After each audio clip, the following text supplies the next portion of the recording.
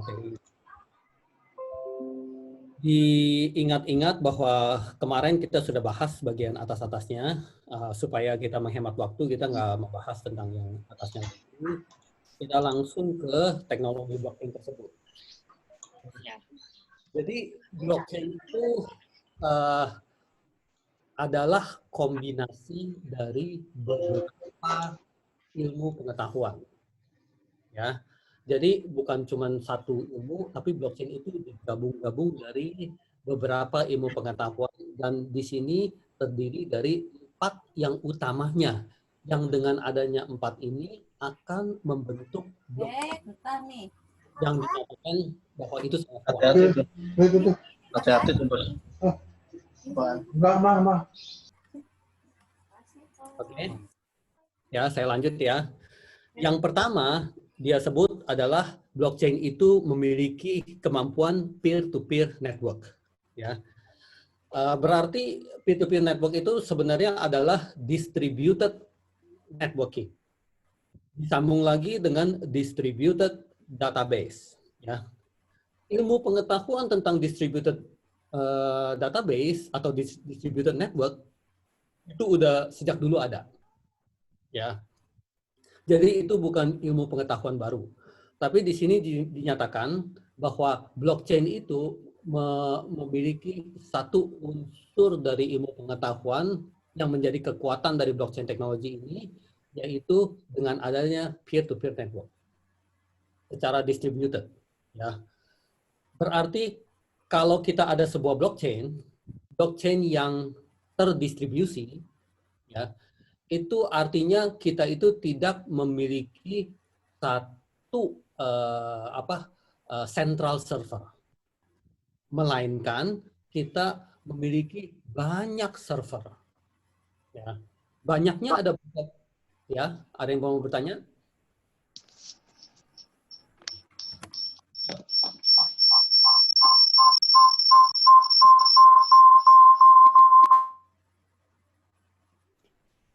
Oke. Boleh bertanya, Pak? Ya, boleh, monggo. Oke, Pak. Saya tadi sudah sempat baca-baca, Pak, mengenai blockchain. Mungkin ya peer-to-peer network ya, emang kita saling terintegrasi antara database satu dengan database lain atau server satu dengan server yang lain. Ya. Cuman yang masih saya penasaran itu antara kriptografi, Pak. Untuk pencatatan transaksi kan dia di-encrypt tuh. Dia satu transaksi ada enkripsinya. Nah itu satu encrypt itu kan nanti di-share tuh. Contohnya ada yang kemarin Pak WR jelaskan ada 5 orang, yang satu transfer, kan itu ada satu nomor transaksi kan, ada satu nomor yang harus di-encrypt. Nah itu di-encrypt-nya itu nanti si nomor itu di-share ke yang lainnya, apa hanya untuk internalnya aja, hanya untuk dia. Nah, atau setiap 5-nya itu dia punya nomor pencatatan transaksi yang beda-beda, tapi satu transaksi gitu, tapi encrypt-nya beda-beda gitu. Gimana, Pak? Oke, ya. Itu pertanyaannya bagus, tapi saya jawabnya pelan-pelan. Takutnya saya jawabnya lompat-lompat gitu ya. Kan sekarang kita lagi ngomongin peer-to-peer, setelah itu kita akan beranjak ke yang kedua, yaitu hash encryption, berarti dengan crypto encryption juga ya.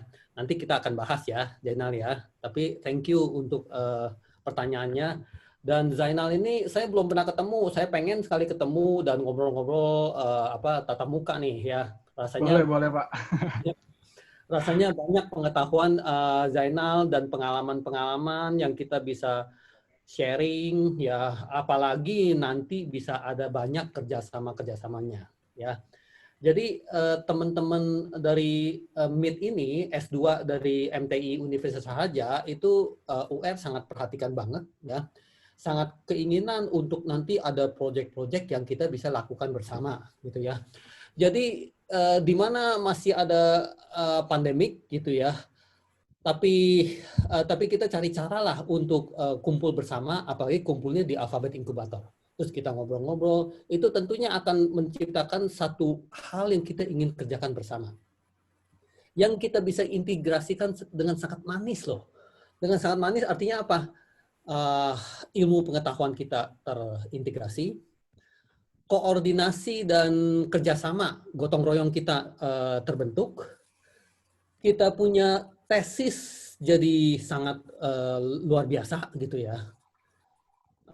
Karena kita pikirkan dari sekarang, terus terintegrasi dengan hobi juga nih ya. Bukannya artinya, aduh mesti pikir sebuah tesis yang sebenarnya saya males, nggak berkaitan dengan saya, ya, cuman sekedar buat lulus doang. Nah itu yang kita ingin hilangkan dari kita semua ya.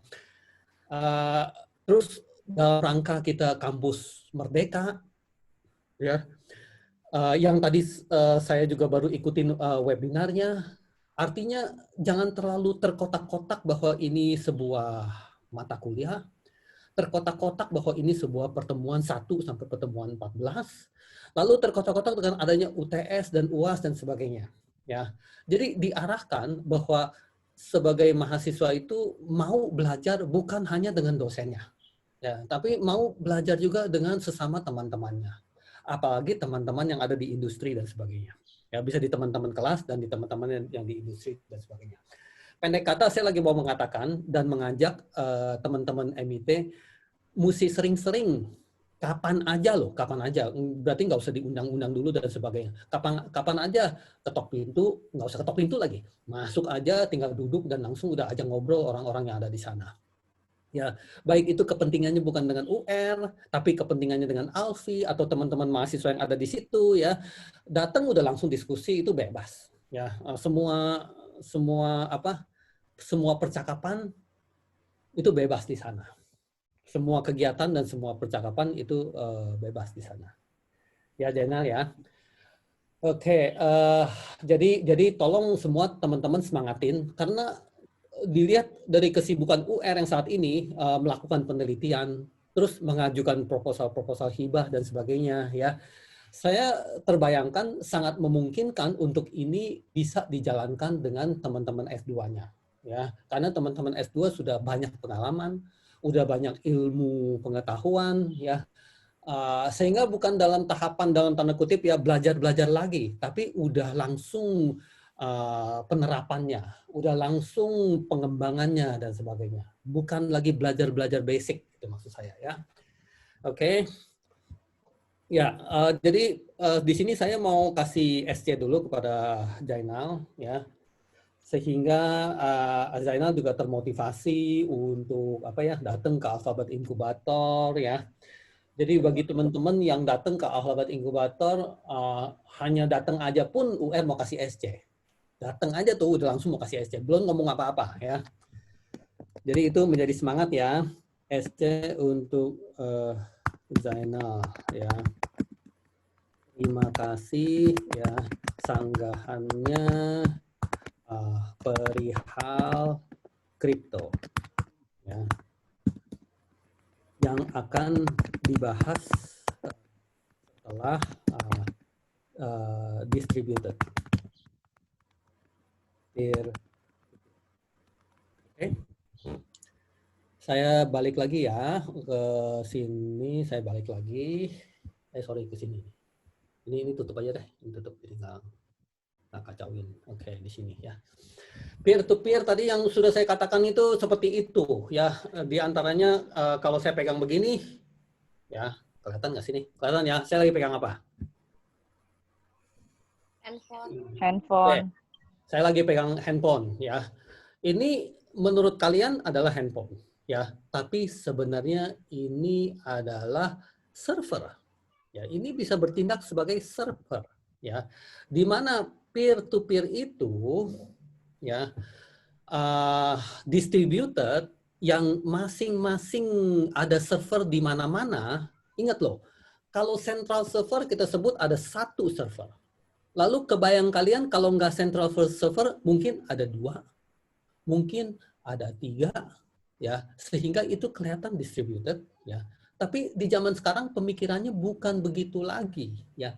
Yang namanya distributed itu bisa jutaan, bahkan jutaan itu bisa puluhan juta, bisa ratusan juta dan sebagainya. Dan semuanya bisa bertindak sebagai server. Paham ya? Jadi kalau saya pegang handphone begini, ternyata handphone ini telah bertindak sebagai server dari beberapa kegiatan-kegiatan, baik itu sentralisasi server maupun peer-to-peer, ya, itu bisa dilakukan.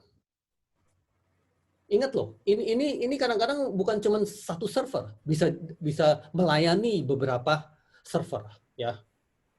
Paham ya guys? Ya. Jadi bisa kebayang nggak server itu bisa berapa banyak?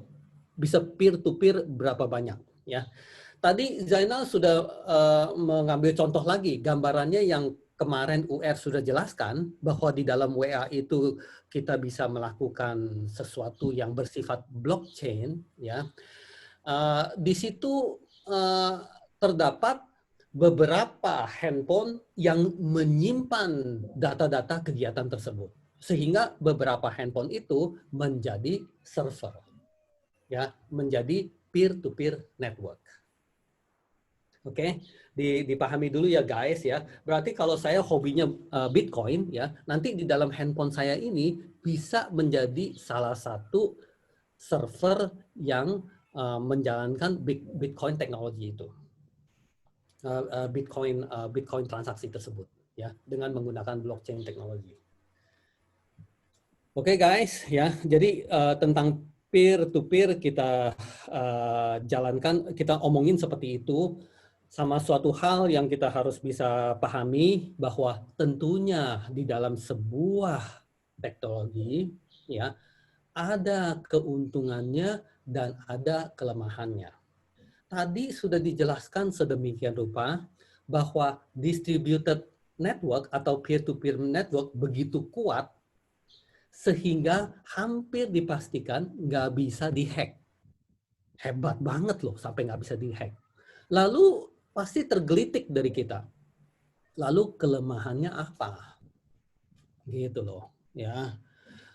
Apakah teman-teman ada yang mau coba dari distributed network yang paling mendasar kelemahannya adalah apa?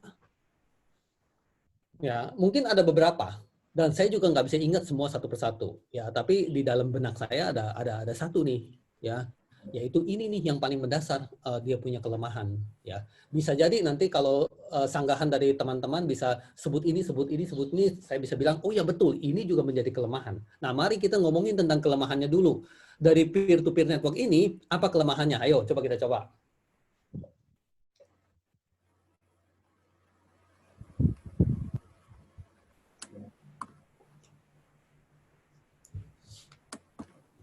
Ayo kita coba.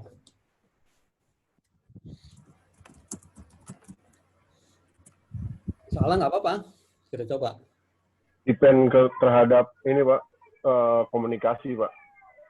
Komunikasi. Ya kayak semacam internet kan benar-benar depend banget bahwa itu membutuhkan gitu. Kalau jaringannya internetnya aja bermasalah, unstable, ini akan sulit gitu. Oke, ya. Itu coba saya tanggapin dikit ya. Internet sudah dijalanin sampai begitu rupa ya. Berarti udah ada di mana-mana. Yang orang namanya online, dia itu sudah memiliki protokol-protokol yang bagus ya. Artinya kalau memangnya pada saat itu lagi sulit, dia itu bisa retry sampai akhirnya terbentuk lah ya. Kalau misalnya disebut bahwa itu merupakan kelemahan dari distributed network ya, saya juga nggak bisa bilang itu salah ya.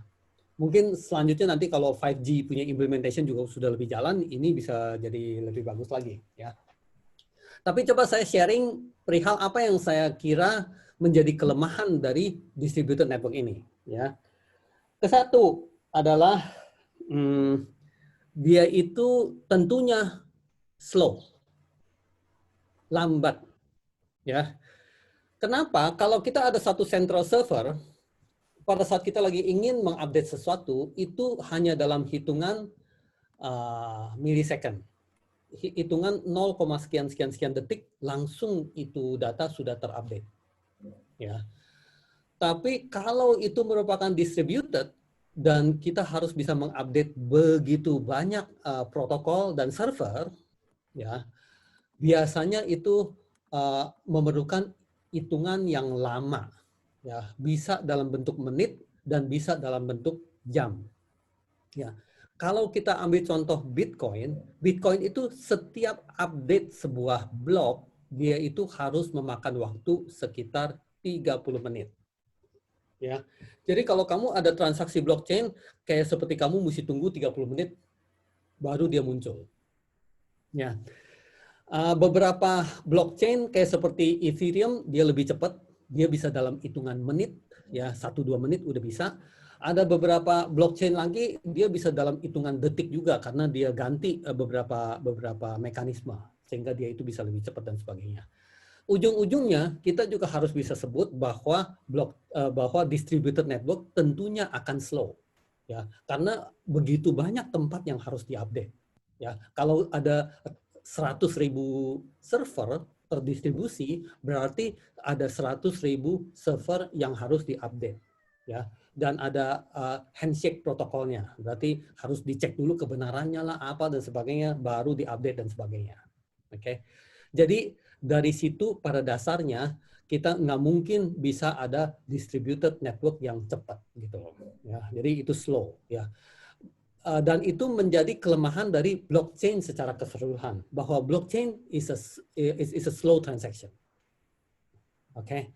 Yang kedua ya, yaitu it has to be small. Ya. Jadi kita itu kalau satu central server mungkin bisa ada bergiga-giga di dalam situ, berpuluh-puluh tera mungkin di dalam situ, ya. Tapi kalau di dalam distributed network yang tadi saya katakan bahwa saya juga bisa kok ada di dalam handphone ini gitu ya. Tapi kamu kebayang nggak kalau di dalam handphone ini ada satu data yang gede banget gitu ya, yang nyemplung di dalam handphone ini, ya. Tentunya membuat banyak kesulitan, banyak hal yang kita tidak inginkan dan sebagainya. Ya.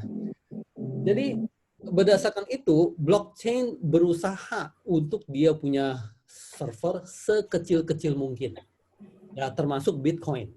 Ya, Bitcoin sekarang ini udah berapa gede karena dia itu blok yang sambung-sambung seperti kayak rantai dan sudah ada berapa ratus ribu blok di dalam Bitcoin tersebut, ya, yang disimpan di mana-mana.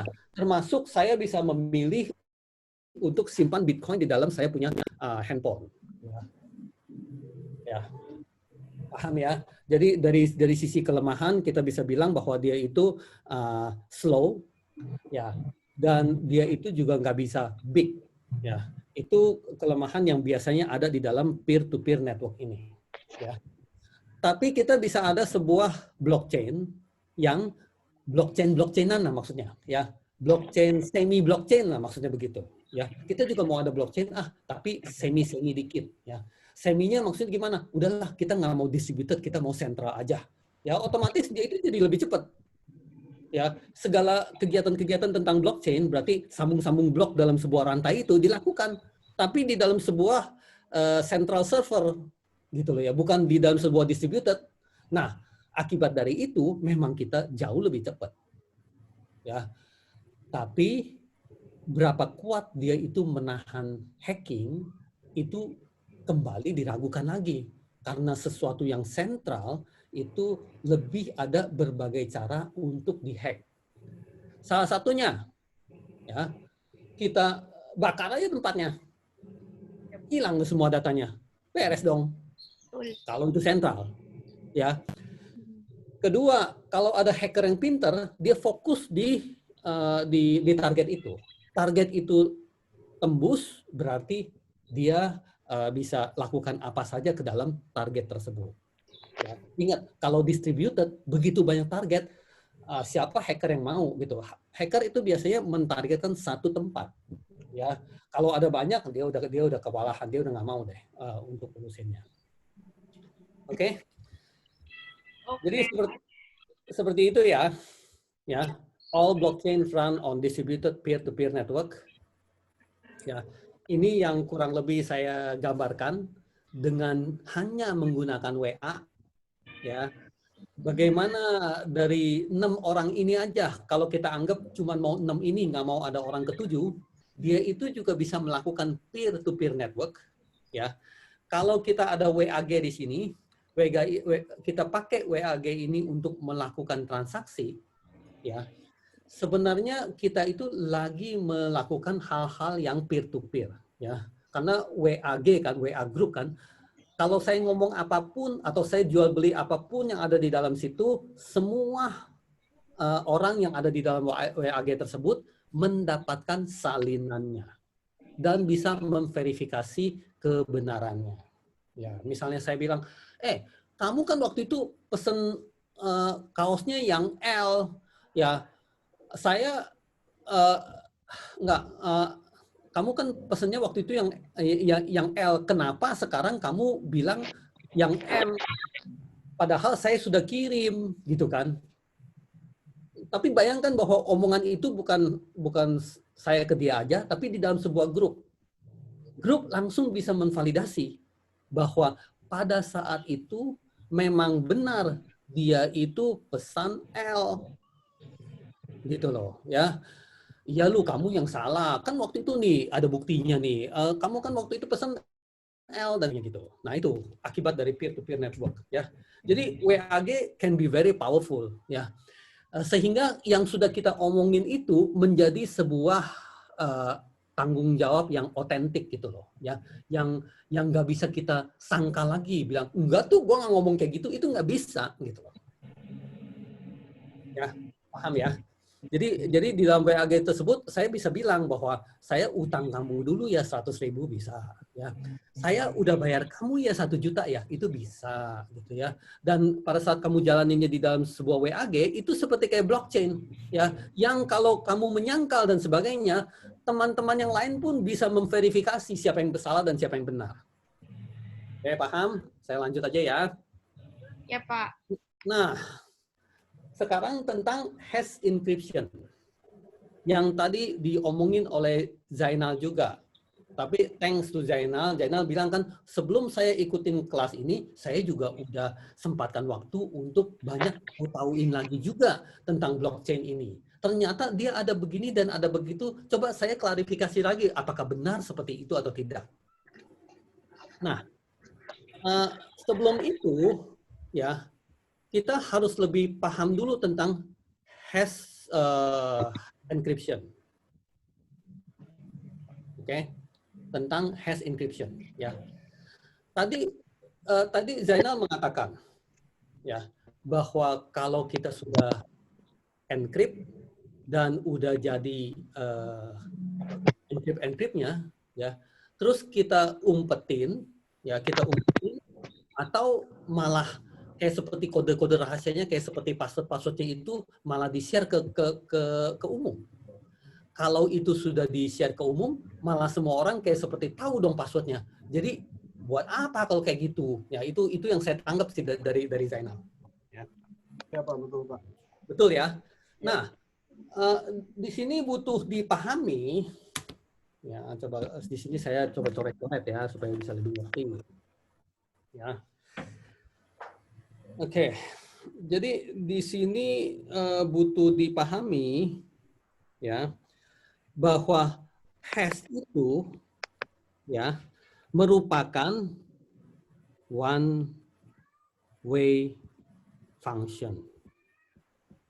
Ya, dalam bahasa Indonesianya disebut fungsi yang satu arah. Berarti kalau dari sini ke sono, dari sono nggak bisa ke sini, gitu loh maksudnya. Ya, jadi ini adalah suatu aksi melakukan encrypt yang satu arah. Ya, kalau kita ada sebuah naskah ini bisa kita hash, bisa kita encrypt, bisa kita hash, gitu loh ya. Tapi setelah dapat hashnya, kita nggak bisa balikin naskahnya.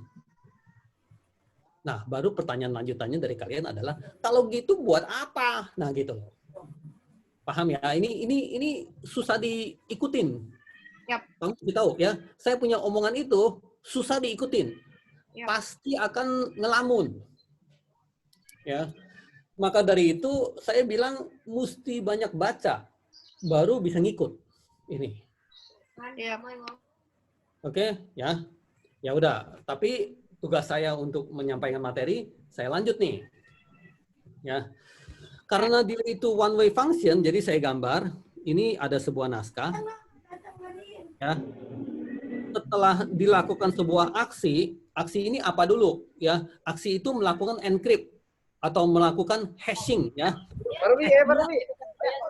Hashingnya pakai apa ya? Kalau di Bitcoin, Pak Robi tinggi, Pak Robi tinggi. Tinggi. Berarti kalau tinggi di belakang, Samping, enggak sini. ya Alfi bisa nggak bantu mute-mutein gitu ya? Sudah Pak, sudah di-mute ya Pak. Tadi ke unmute lagi. Oke ya. Nah, jadi dari naskah ini kita melakukan hashing ya. Hashing itu merupakan sebuah fungsi, function ya. Function apa? Ya, kita sebut function ini SHA-256. Berarti kita lagi bilang bahwa function hashing ini, function hashing ya, ada banyak gitu loh. Ya, ada banyak ya. Salah satunya SHA-256 gitu ya. Nanti ada SHA-128 juga ada ya. Lalu ada MDA ada ya.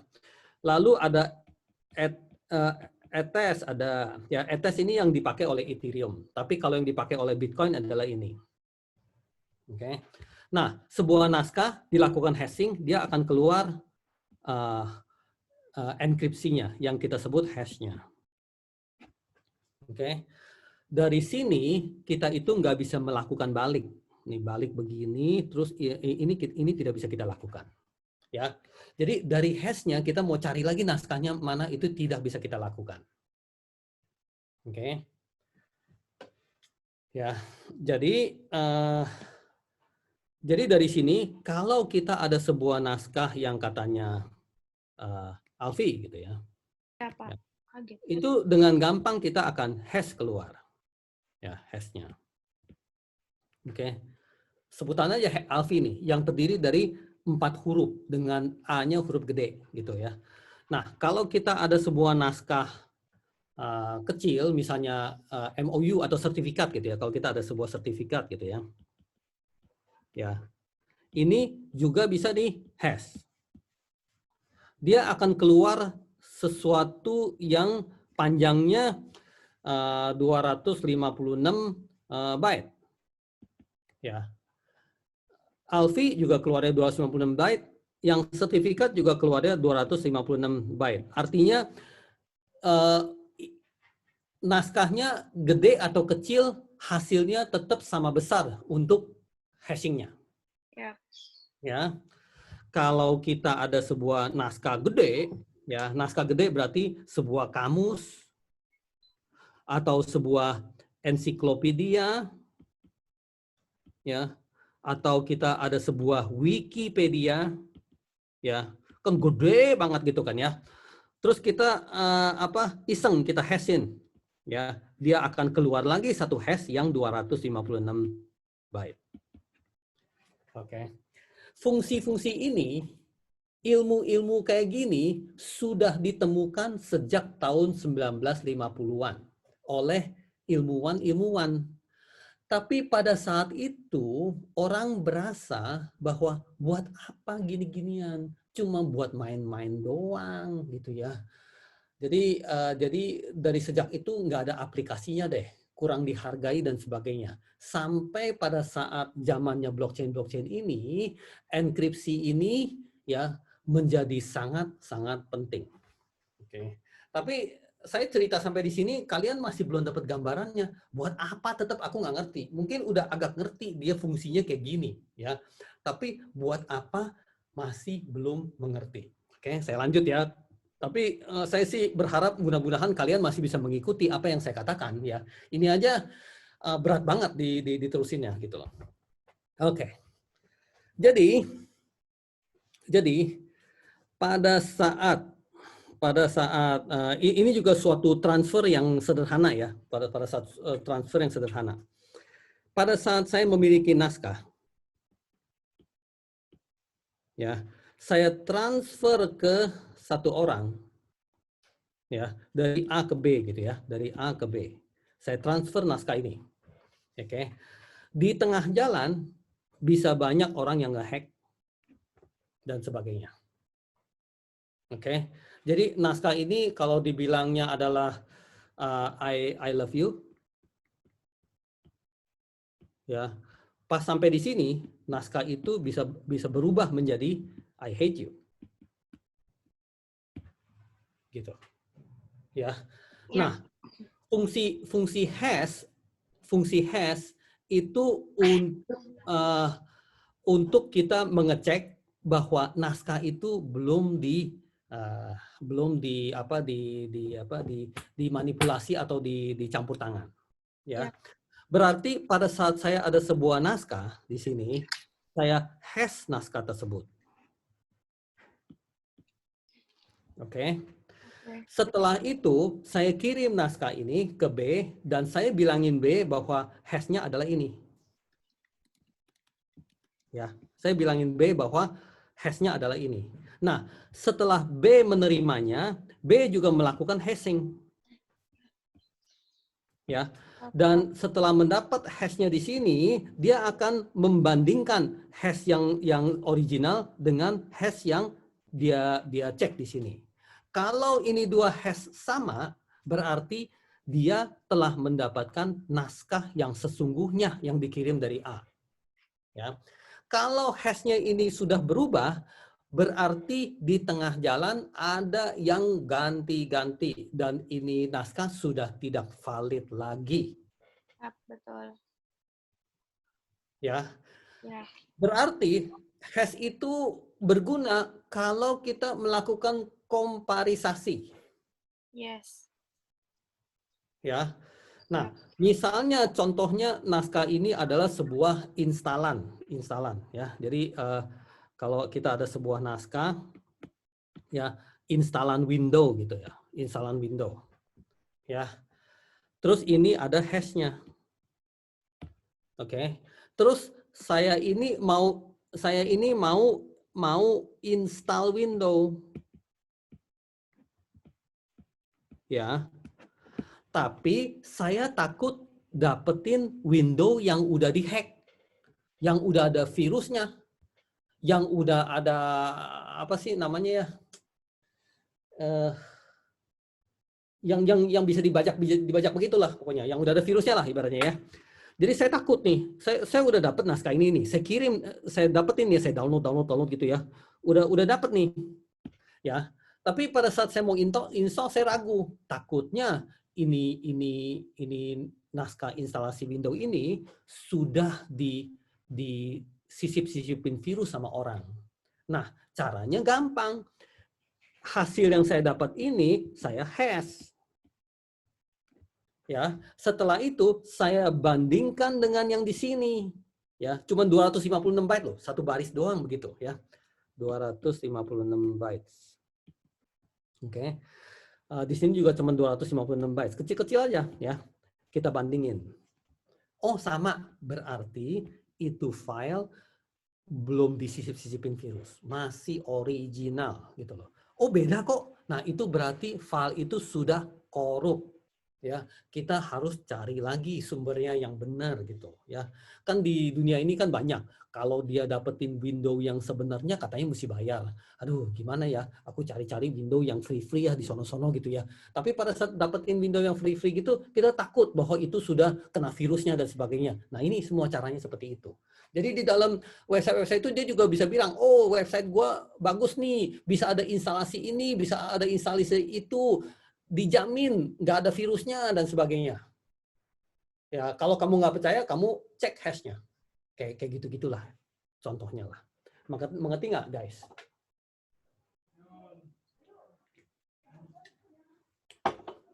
Oke. Nah, di sini fungsi-fungsi di sini, fungsi-fungsi hash ini menjadi penting di dalam teknologi blockchain ini. Ya.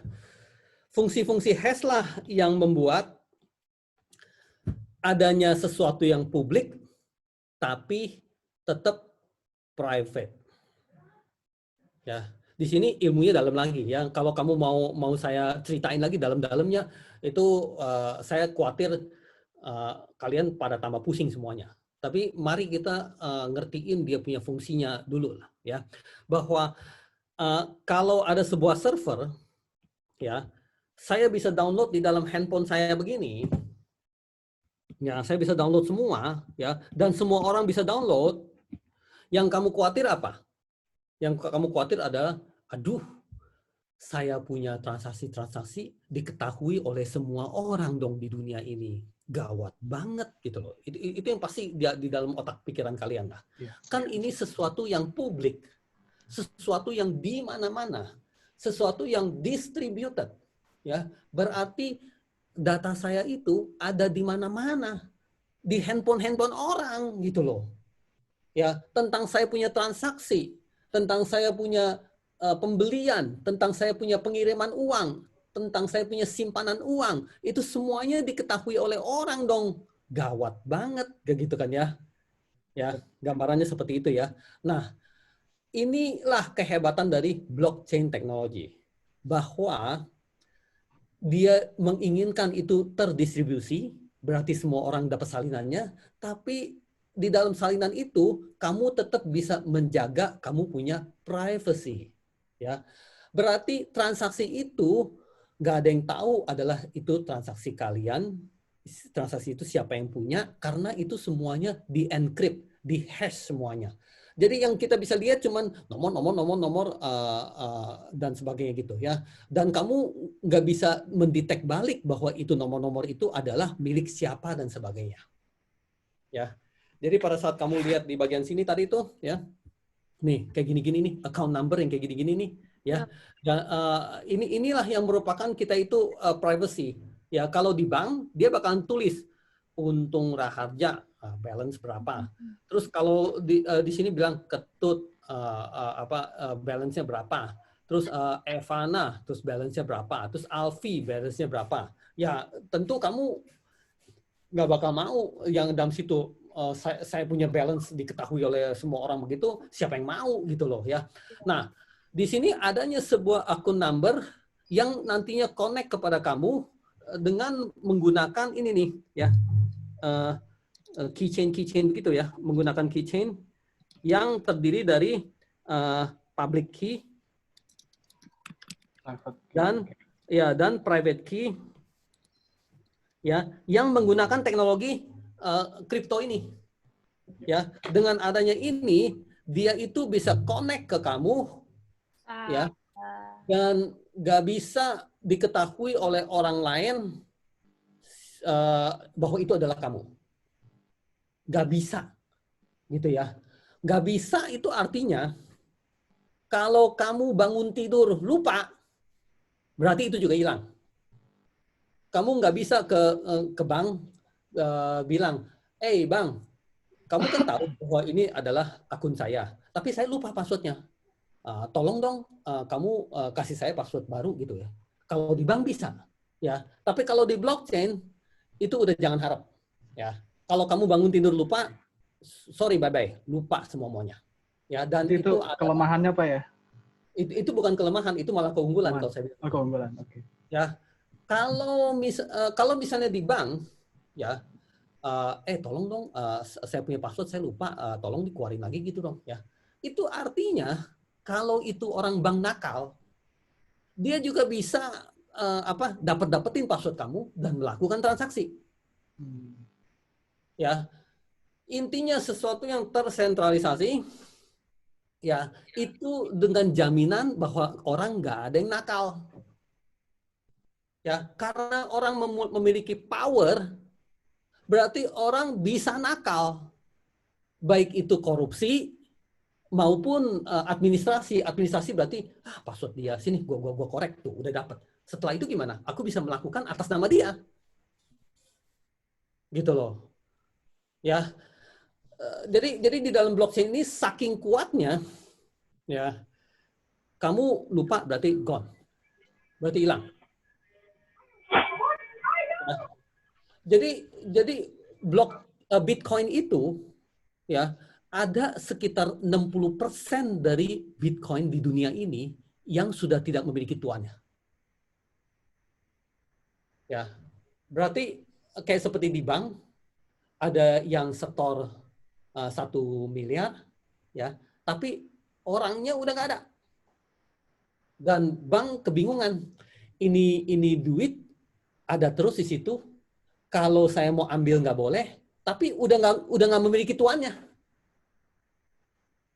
Ya. Itu bisa saja terjadi. Itu mute dulu ya. Itu bisa saja terjadi pada saat ada satu orang, ya misalnya dia itu berasa dia punya kekayaan harus dirahasiakan, ya dia masukin ke bank tanpa kasih tahu siapa-siapa aja, ya dan dia simpan uangnya di situ. Pada suatu hari dia itu tiba-tiba meninggal dan dia belum kasih tahu kepada orang-orang bahwa dia ada duit di situ, ya itu uang yang ada di bank itu akan ngatung. Ya, ngatung selamanya. Berarti setelah 100 tahun yang akan datang, ya, dengan nilai di situ sudah berbunga hingga tambah gede lagi, ya, tapi tetap tidak memiliki tuan dan nggak ada orang yang bisa akses lagi, ya, karena orangnya sudah meninggal dan nggak ada yang tahu bahwa uang itu ada di situ. Ya, maksud saya lagi menjelaskan bahwa itu pun bisa terjadi walaupun bukan di blockchain punya dunia. Ya, kalau di blockchain punya dunia lebih gila-gilaan lagi. Ya, bahwa pada saat kamu lagi pertama masuk ke dalam situ dengan sebuah akun berarti kamu memiliki public key dan private key. Ya, public key itu kamu umumin kepada semua orang, tapi private key-nya kamu simpen baik-baik. Ya, ini dua kamu nggak boleh hilang. Ya, kamu mesti ada terus. Ya. Terus kalau misalnya ini kamu baik, kamu sharing sama istri kamu, ya supaya yang kalau saya suatu hari meninggal, kamu bisa ambil ya duit aku di sini karena ini saya punya private key loh, berarti saya punya password. Ya kedengarannya bagus ya, tapi itu juga artinya kapan waktu saja tanpa persetujuan kamu, dia itu bisa menarik dananya keluar karena kamu sudah memberikan dia, kamu punya private key, ya kan? Itu dunia yang serba salah seperti itu. Kamu kasih password, berarti dia udah bisa melakukan segala-galanya. Ya, kalau kamu simpan terus-terusan sendiri, nanti kalau kamu meninggal gimana? Hilang. Ya, paham nggak? Ya, tapi ini saya lagi ngomongin lebih sesuatu yang lebih besar. Ya, maksudnya kalau kamu berasa bahwa ini merupakan blockchain punya kesulitan, di mana-mana juga kayak gitu loh. Ya, apalagi pada saat kita lagi mau secure banget gitu loh. Ya, di mana di dunia yang secure banget, berarti kamu sendiri yang memilikinya, titik. Nggak ada orang lain yang memilikinya. Ya. Nah, sekarang misalnya kamu udah memilikinya, kamu mau simpan di mana? Saya tanya. Kalau kamu mau simpan di otak, ya di otak kamu ya. Nanti kamu bisa lupa nggak? Ayo. Lupa. Oke. Sekarang kalau kamu simpan di laci gimana? Hilang, Pak. Hilang, Pak. Bisa Ya, di hilang. sini. Ya, kalau kamu simpan di laci, nanti orang lain bisa lihat, bisa dicuri. Ya. Kalau kamu simpan di handphone gimana? Handphone nanti bisa di stalking. Ya. Pokoknya bingung deh. Ya. Mungkin kamu pengen tulis bahwa passwordnya apa, terus kamu gali-gali tanah, kamu cemplungin di situ, kamu kubur. Terus lupa nyimpannya nanti ya Pak? Ya, nanti lupa lagi. Kamu berasa kayaknya saya ada simpan sesuatu di dalam tanah, tapi di mana? Akhirnya rumah kamu bongkar semua tanahnya. Ya, terus nanti tetangga bilang, kamu lagi ngapain? Kamu lagi bongkar-bongkar tanah kamu. Kamu kan malu kan kasih tahu yang sebenarnya. Kamu bilang, enggak, saya lagi mau macul-macul, gembur-gemburin tanah saya gitu. Padahal kamu lagi cari-cari mungkin emas kamu yang kamu cemplungin di situ 1 kilo, tapi lupa taruh di mana. Paham ya? Ya. Pak mau tanya Pak, boleh Pak? Nanya juga. Oh boleh. Monggo. Oke, ini koreksi kalau saya salah Pak ya. Yang saya tangkap itu ada 2 Pak, antara public key sama private key. Ya. Jadi public key ini yang mana antara kita melakukan transaksi berdasarkan hashing yang kita punya, gitu. Jadi antara satu account sama account yang lain itu menggunakan public key. Menggunakan public key yang mana dia untuk pencatatan transaksinya. Terus yang kedua ada private key. Itu private key untuk mengecek balance kita, saldo kita. Begitu bukan, Pak? Bukan bukan begitu Bukan, juga. Oh, Ya, bukan bukan, begitu bukan juga. begitu juga ya. Tapi karena kamu bertanya, saya akan ngomongin lebih lanjut nih. Ya, tapi tambah pusing kepalanya. Tapi saya akan ngomongin lebih lanjut ya. Boleh, Pak. Ini ya. Arum, bentar ya. Mau nanya juga kan Arum ya? Iya, Pak. Sebentar. Bisa menunggu, Pak. Laptop Bapak kayaknya lowbat tuh, Pak. 19%. Oh iya, oke, colok dulu. Oke, ya. Jadi apa? Kita buka lebih lanjut karena Zainal bertanya, kita buka lebih lanjut, ya. Tapi ini pun bukan merupakan cerita yang seutuhnya, hanya untuk membongkar lebih lanjut untuk menjawab pertanyaan Zainal, ya. Oke. Jadi begini, kalau kita ada sebuah naskah, ya, kita ada sebuah naskah, oke. Naskah ini merupakan ya pokoknya sebuah naskah lah, sebuah PDF atau sebuah PPT juga bisa ya. Nah, pada saat saya mau kirim ke sini, ya berarti dari A mau dikirim ke B, oke. Dan saya mau bahwa yang nerima hanya boleh B, yang lain nggak boleh nerima. Ngerti nggak maksudnya? Ya. Jadi kalau saya ada sebuah pesan itu adalah I love you, ya. Kan saya nggak mau I love you ini diketahui atau diterima oleh orang lain, hanya saya mau diterima oleh B, mungkin pacarku tercinta, ya. Oke. Tapi saya akan ngelewati satu jaringan, ya, yang siapapun ada di situ. Satu dunia punya orang ada di situ semua, ya. Dan ini pesan harus ngelewati jaringan-jaringan ini. Ya, kalau saya misalnya di dalam WA nih, saya bilang I love you gitu ya, saya kirim ke satu orang, ya. Di dalam perjalanan itu semua orang juga ngelihat. Kalau itu tidak terenkripsi ya. Nah, di dalam blockchain, ya di dalam blockchain, untuk supaya pesan ini hanya untuk B, ya, saya itu harus bisa memiliki jadi di sini ada public key, ada private key untuk B, ya. Terus di sini juga ada public key, ya, dan private key untuk saya, ya. Paham kalau saya tulis begini? Berarti ini public key saya, ini private key saya, ya. Kalau ini public key dia, ini private key dia, ya. Nah, pada saat saya kirim naskah ini, ya, saya akan mengenkrit ini naskah dengan menggunakan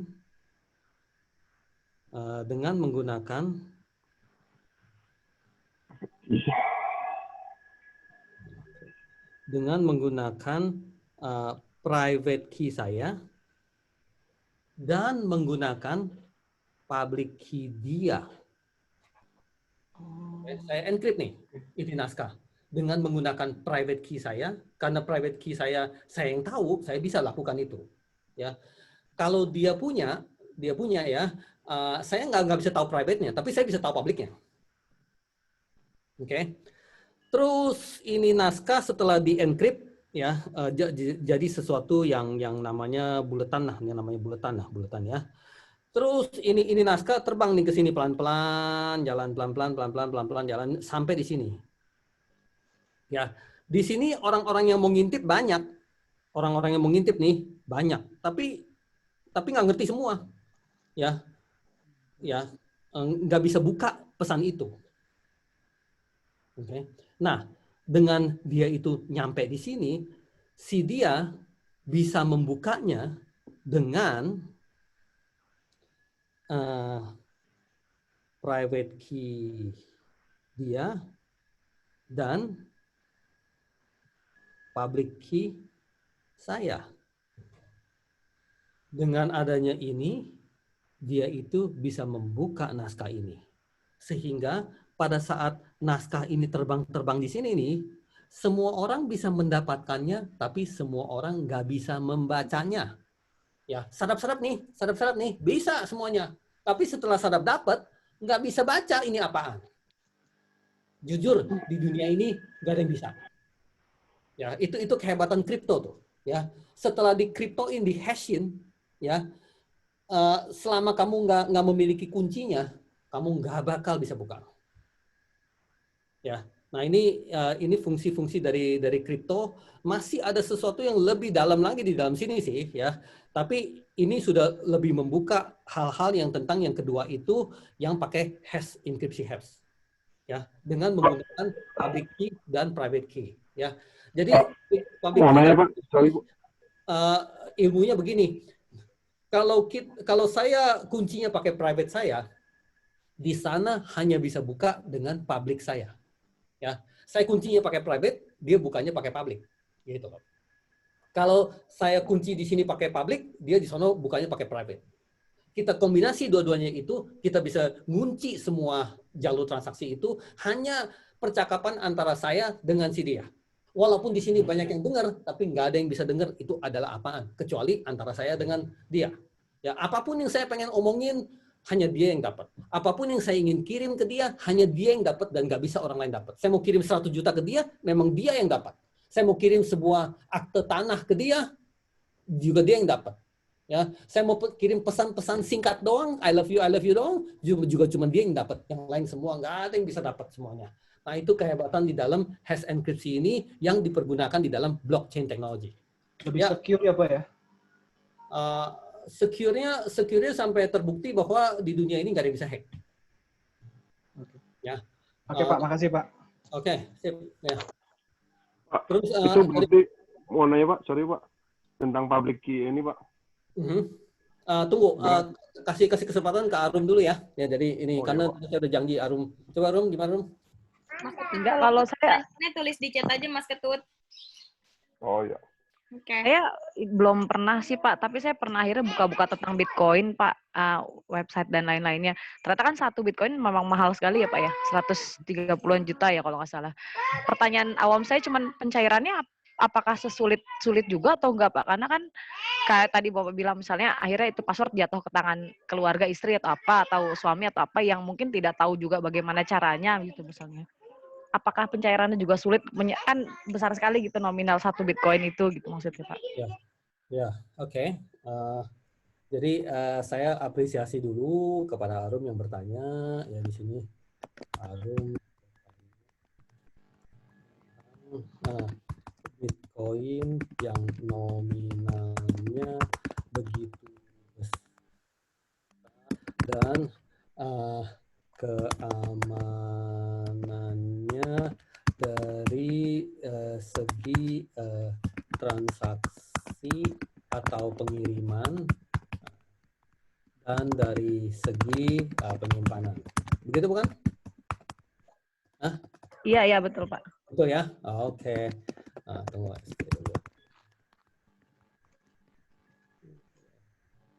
Jadi Harun dapat SC ya. Oke. Nah, mari kita simak ya dari Bitcoin itu nominalnya begitu besar atau nominalnya kecil sebenarnya bukan merupakan sebuah isu gitu ya. Artinya kalau kita balik ke tradisional bank, kalau kita ada simpan uang di Bank Mandiri gitu ya. Tapi kita mau simpan 1 triliun kah? Atau kita mau simpan 1 juta kah gitu ya, di mana kita itu memiliki akses, katanya kita bisa kirim-kirim melalui handphone ya, yang tentunya dibatasi oleh kayak seperti maksimum transaksi dan sebagainya gitu ya, dan kamu bisa transaksi melalui password yang kamu ketik-ketik di sini ya, atau melalui sidik jari yang di belakang sini, kamu tinggal pencet sidik jarinya langsung udah tembus dan sebagainya. Kamu kalau ingin sharing kepada saudara kamu atau pasangan kamu gitu, sehingga dia itu juga bisa akses ke dalam situ. Di mana kalau dia itu ada akses ke dalam situ, berarti dia bisa melakukan hal yang sama dengan kamu gitu aja. Oke, bank udah nggak bisa intervensi lagi. Kalau bank kan dulu kan pada saat buka akun dia akan tanya siapa yang buka? Oke, kamu. Tanda tangan kamu seperti apa? Oke, tanda tangan kamu seperti itu. Udah ya. Yang bisa ambil uang hanya kamu ya, dan tanda tangannya seperti ini ya. Udah begitu. Ya. Kalau misalnya kamu bilang, tapi saya mau pasangan saya juga bisa ambil dananya, ya bisa ya.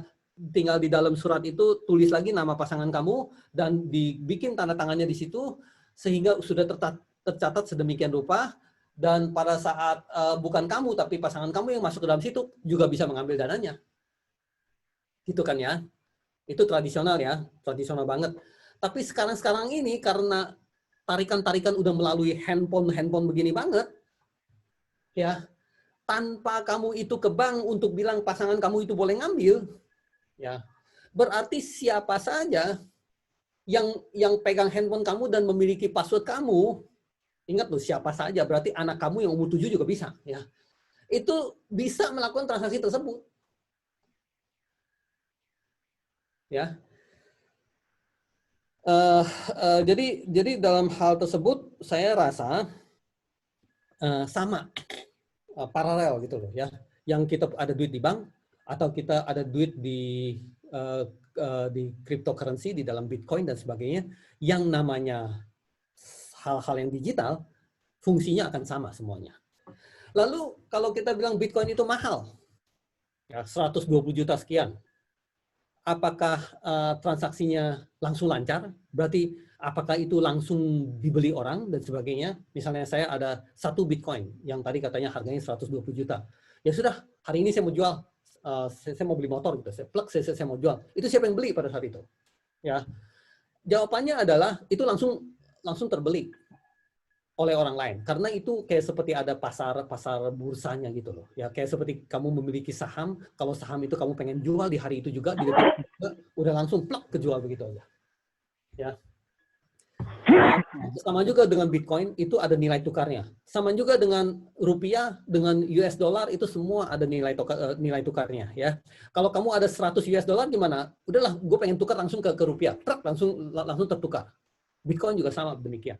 Ya, kalau 1 Bitcoin itu terlalu mahal, maksudnya 100 juta lebih dan sebagainya, kamu bisa memiliki 0,1 Bitcoin.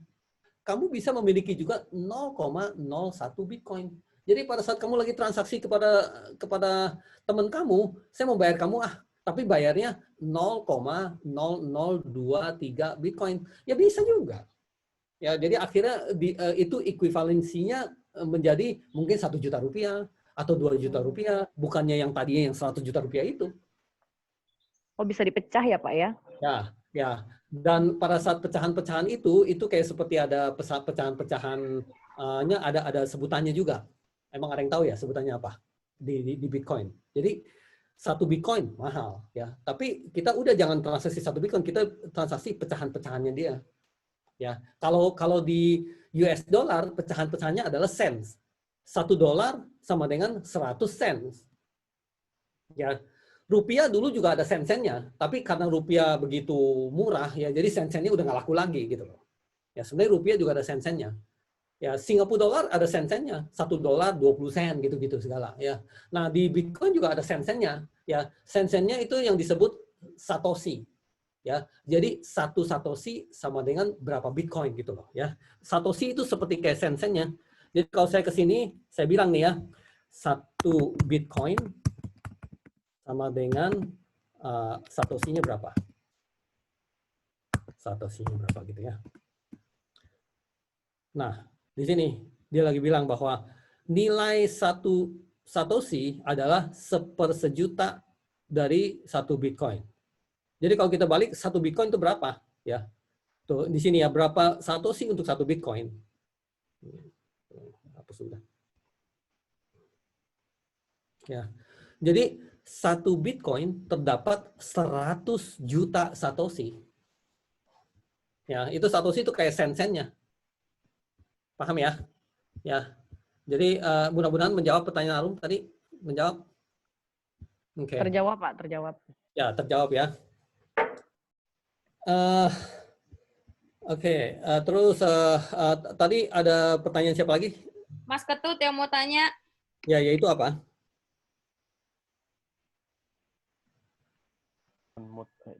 Itu Pak, tadi kan public key kan berarti itu dimiliki, setiap peer itu harus memiliki public key orang lain tuh Pak.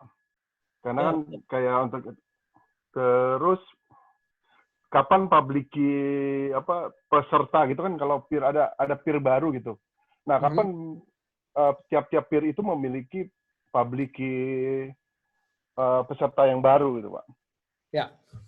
Jadi pada saat kamu partisipasi di dalam sebuah blockchain, ya, dia itu langsung kasih kamu pasangannya, satu private key, satu public key. Ya, sebenarnya ini bukan sesuatu hal yang aneh, ya. Kalau public key itu seperti kayak kamu punya alamat, ya, email address itu public key, berarti siapapun boleh tahu. Atau alamat kamu, rumahnya di mana sih alamat kamu? Nah itu satu public key, ya. Tapi pada saat kamu setelah memiliki email, kamu punya password itu merupakan kamu punya private key, ya. Artinya kalau email kamu adalah ketut@gmail.com, orang-orang itu bisa masuk ke dalam Gmail dan berusaha ketik ketut@gmail.com dan berusaha masuk ke dalam situ dan berusaha dapetin kamu punya mail apa-apa aja, inbox kamu apa-apa aja pengen dia baca semuanya. Namun dia tidak bisa lakukan. Kenapa? Karena dia tidak memiliki private key-nya. Ya, jadi private key itu ibarat password. Public key itu ibarat alamat. Ya, saya bisa bilang kepada Ketut, tolong dong kamu punya emailnya apa? Kamu langsung kasih. Ya kan? Itu berarti kamu lagi kasih public key-nya. Lalu saya nakal nih, saya bilang lagi kepada Ketut, tolong dong kasih saya private key kamu, langsung kamu diam sejenak. Dan tanya kepada saya, buat apa Pak? Ini kan password saya Pak. Nah, kayak gitu-gitu ya. Itu berarti ada orang yang mau minta kamu punya private key. Ya, tentunya kamu nggak mau kasih. Kenapa? Sekali kamu kasih, kamu punya email dan berupa dan inboxnya semuanya bisa ditarik-tarik, bisa dilihat, bisa dihapus, bisa diapa-apain semuanya. Ya, jadi sebenarnya bukan hal yang aneh sih antara public key dan private key. Jadi public key itu kayak seperti saya cari ke internet bahwa Ketut itu ya, emailnya apa sih? Itu biasanya ketemu. Coba saya begini ya, saya bilang ya, Alfia Kairunisa apa Kairunisa sih? Kairunisa. KHO Pak, Koi, bener Pak Koi. Yang di kontak Bapak Tipo. Kairunisa gitu ya. Ya. Terus saya bilang email. Nah, ini kayak seperti saya lagi mau cari si Alfia punya public key. Ya, saya enter. Bla bla bla dan sebagainya. Ini di sini itu. Email alfia@rahaja.info di sini nih, ya. Dengan demikian, tanpa saya halo-haloan dengan Alfia, ya, saya kepo-kepoan aja, ya, saya itu bisa mendapatkan public key dari Alfia. Dan dalam hal ini adalah email address-nya Alfia. Ya, tapi password-nya mana? Ayo loh, password-nya mana? Nah, jadi saya kepo nih, saya bilang Alfia Koordinasi email password-nya dong, gitu ya. Enter. Nggak bakal nemu. Ya, Alfia Koirunisa profil lah, Facebook lah, apalah dan sebagainya. Nggak bakal nemu sih, ya karena saya lagi minta Alfia punya private key. Di dalam internet juga saya minta Alfia punya private key.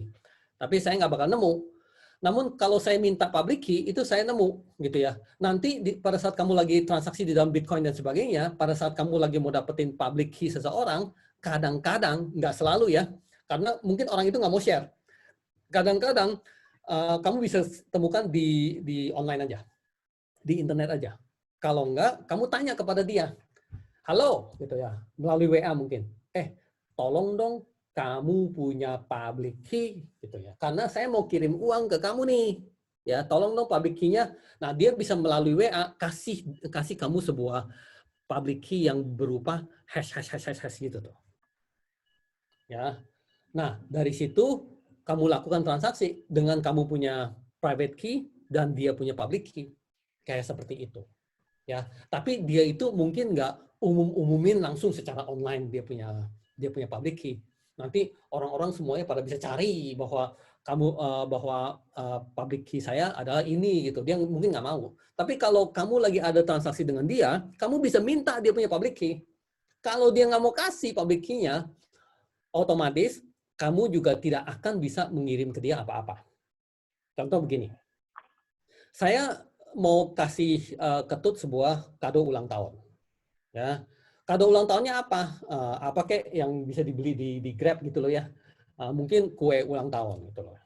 Lalu saya dengan baik hati saya ngomong dengan Ketut, kamu punya alamat rumah apa? Terus si Ketut dengan tidak bersahabat dia bilang, buat apa Pak? Ini kan rumah tinggal saya keberatan untuk kasih Bapak alamat tempat tinggal saya gitu. Ya, secara otomatis saya punya niat baik untuk mengirim kado ulang tahun kepada kamu tidak bisa terlaksana kalau kamu tidak men-sharing kamu punya alamat rumah. Ya, otomatis saya kalau digituin nama Ketut saya bisa agak kesel. Kenapa saya kesel? Pikiran saya, alamat rumah itu sesuatu yang publik. Kecuali saya minta kunci rumahnya Ketut. Ya, jadi di dalam WA saya bilang, Assalamualaikum Mas ya, tolong dong saya minta kunci rumah kamu supaya saya bisa kirim kado ulang tahun ini dengan masuk ke rumah kamu langsung dan taruh di meja kamu. Nah, itu berarti yang saya lagi lakukan adalah saya minta kamu punya private key. Ya. Kalau di zaman sekarang kamu masih gambarannya adalah kunci yang bisa kamu pegang dan muter-muter gitu. Kalau di zaman yang akan datang itu merupakan sesuatu yang digital semua.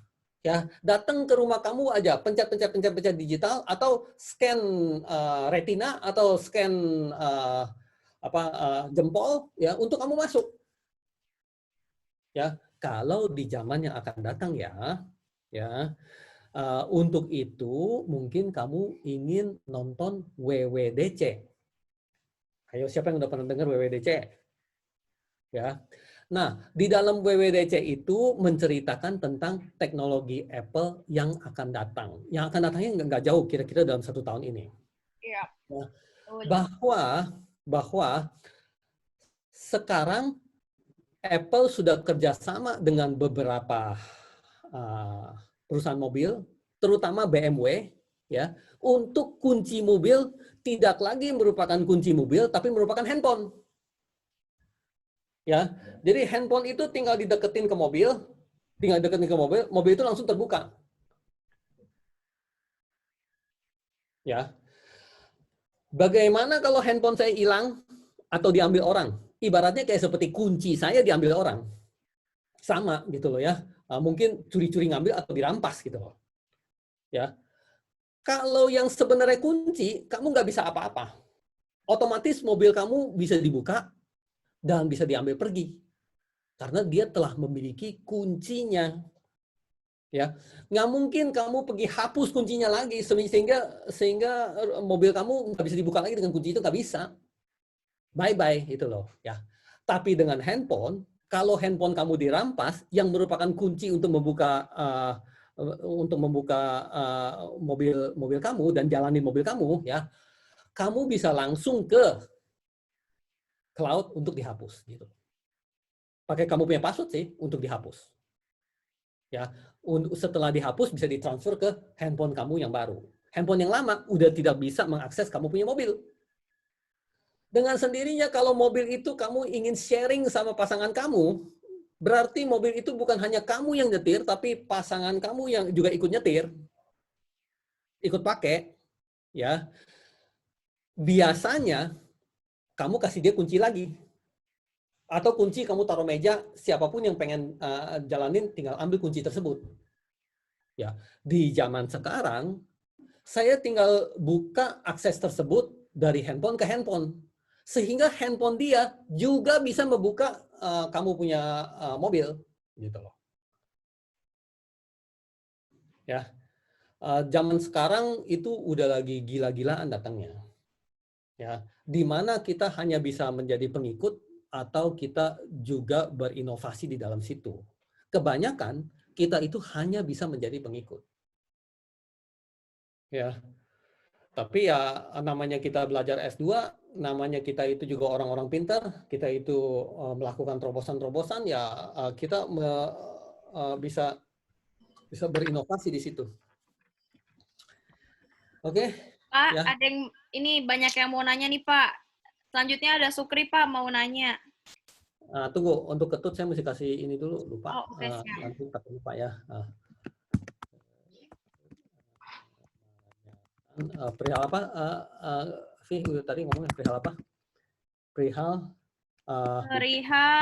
public key harus dimiliki tiap peer. Dan private key ya, pilihannya untuk dimiliki oleh siapa saja sudah terjawab ya.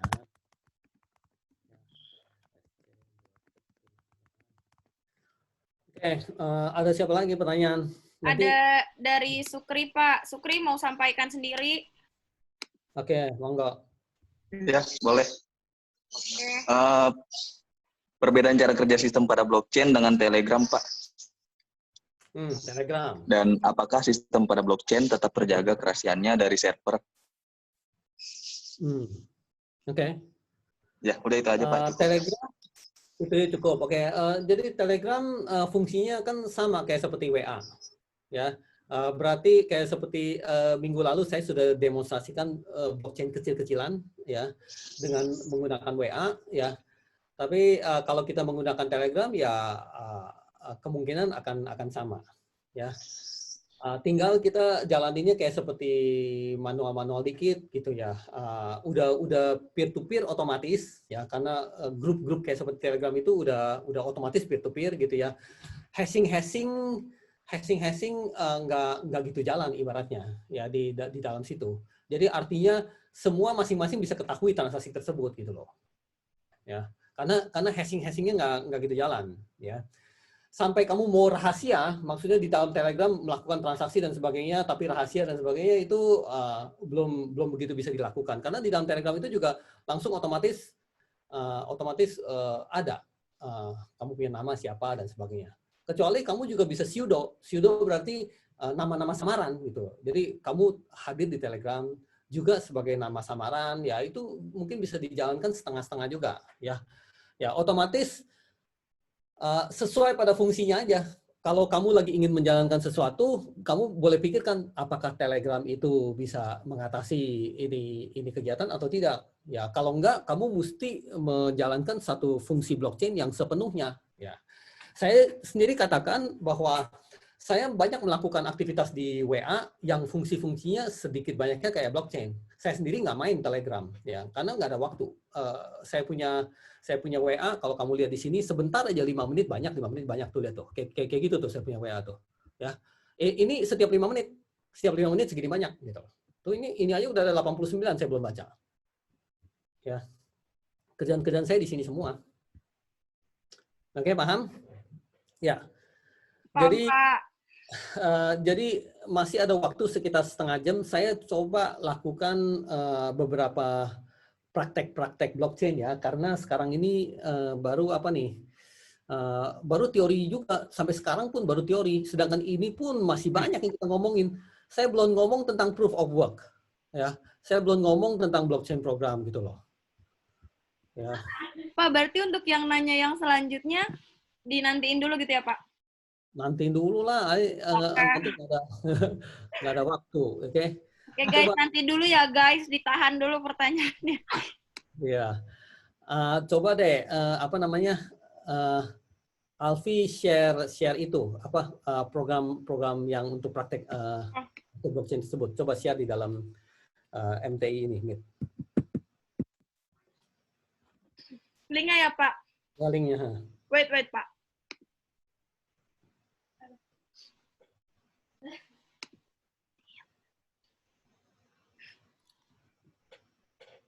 Benar Pak.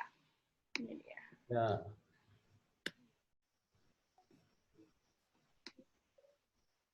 Kalau nggak salah itu betul. Kok beda ya, Pak? Tapi udah kirim, Pak. Itu bukan sih? Bener kan? Ya, Enders ya. Bentar, Enders. Tapi masih agak ragu deh, Pak, itu apa bukan? Ya, ya udah nggak apa-apa, kita coba aja ya. Oke, Pak. Kita klik di sini. Ini saya belum terima nih, lagi delay. Tapi udah saya langsung cari di sini deh ya.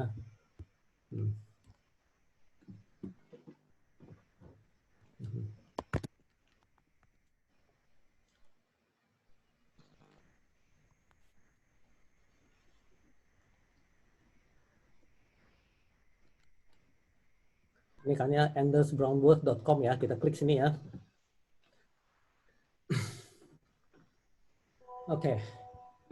Jadi di sini agak diperhatikan ya guys, karena di sini akan menjalankan beberapa fungsi-fungsi.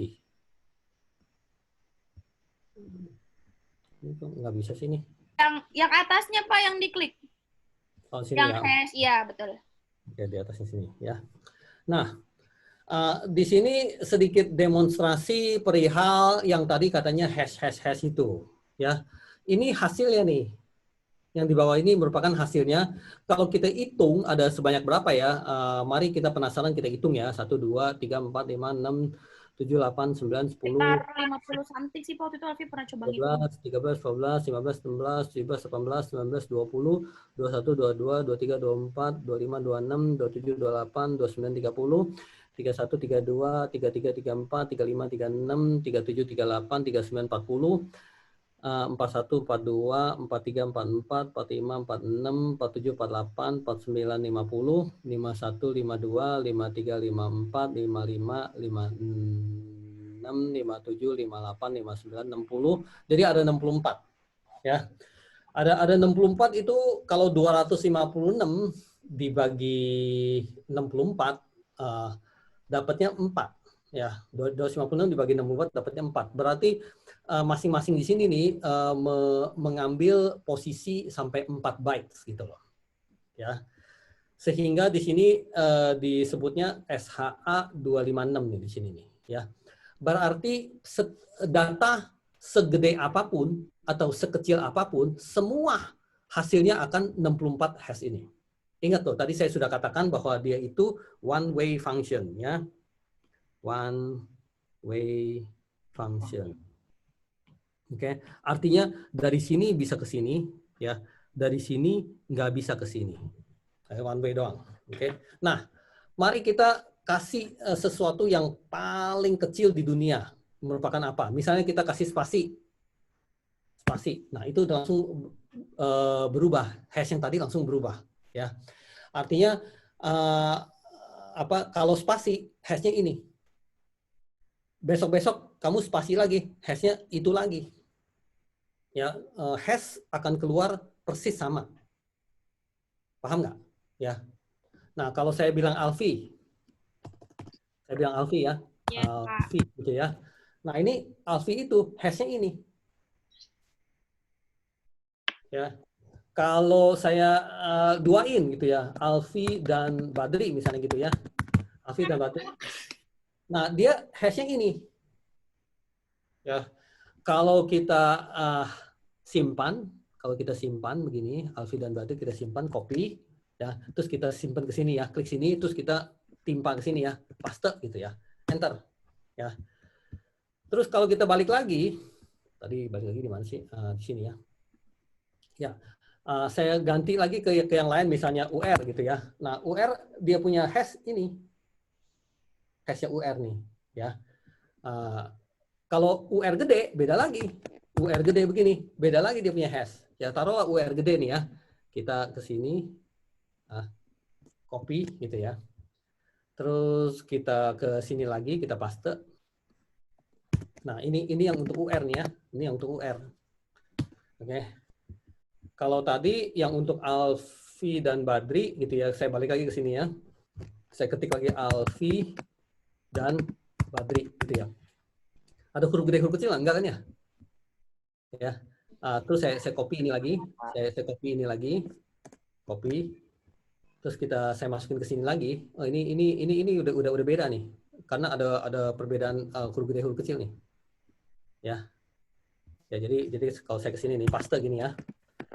Alfi dan Badri gitu ya.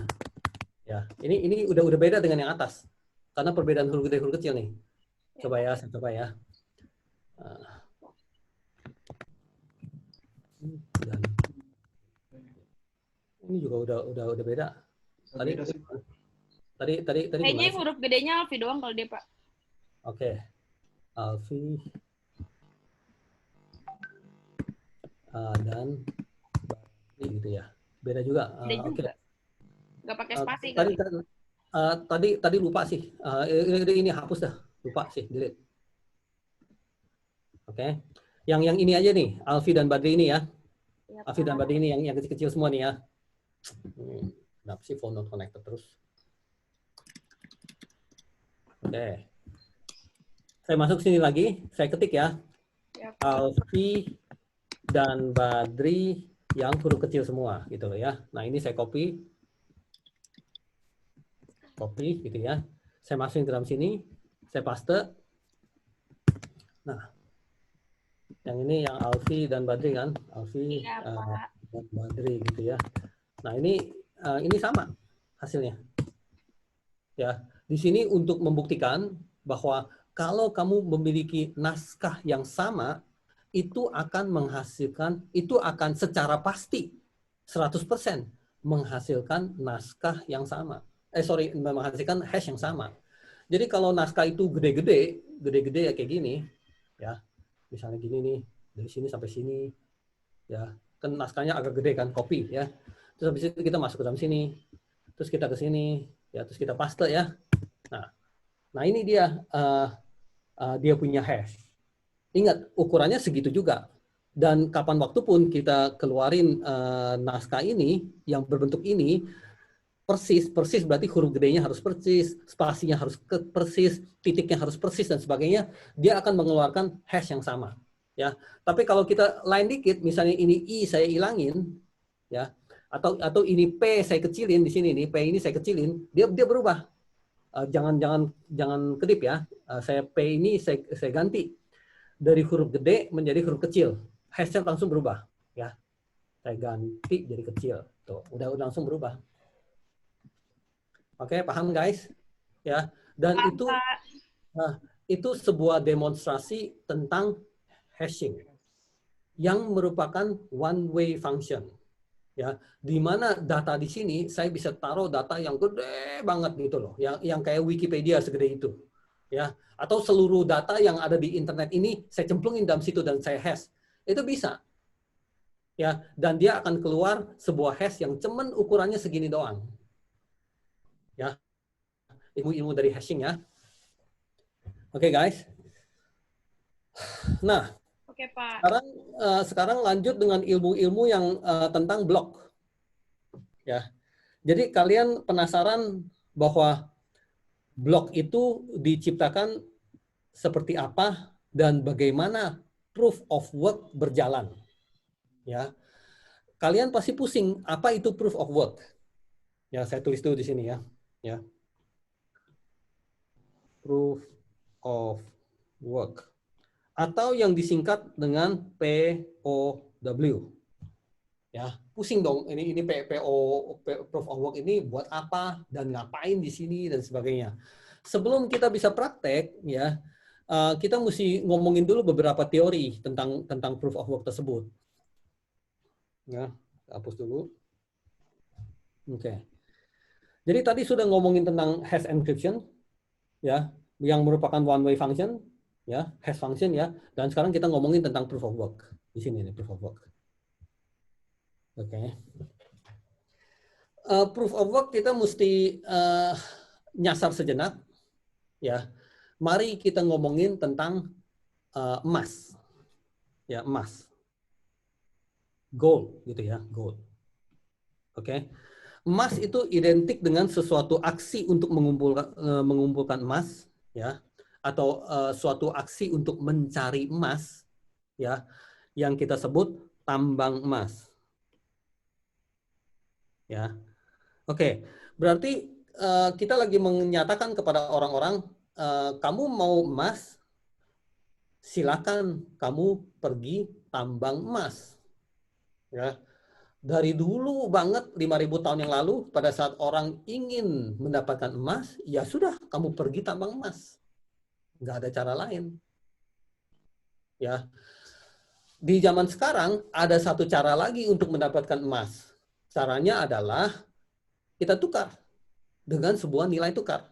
Ya, saya tukar dengan uang saya bisa, saya tukar dengan motor saya bisa, ya saya tukar dengan mobil saya bisa bilang, Mas, mobil saya sini saya tukar dengan 1 kilogram emas, misalnya kayak gitu. Ya, ya sudah, mobil saya dikasih kepada dia dan saya mendapatkan 1 kilogram emas.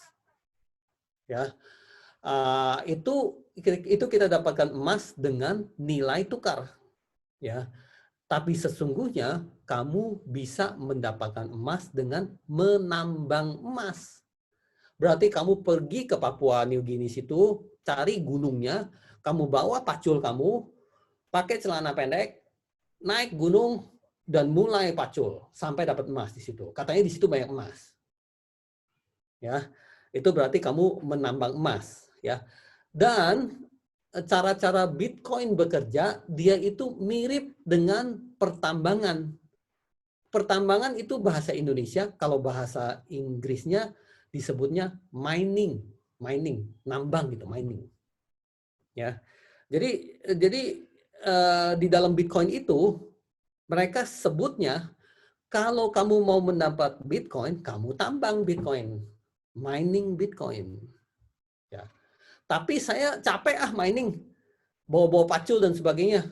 Bagaimana dong cara kedua untuk mendapatkan Bitcoin? Ya kamu pakai dengan cara tukar, gitu.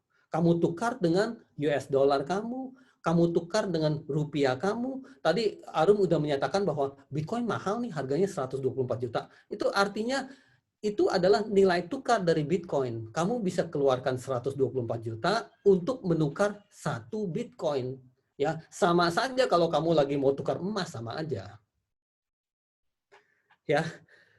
Nah, dengan memahami bahwa untuk mendapatkan sesuatu yang berharga, kamu harus menambang, ya.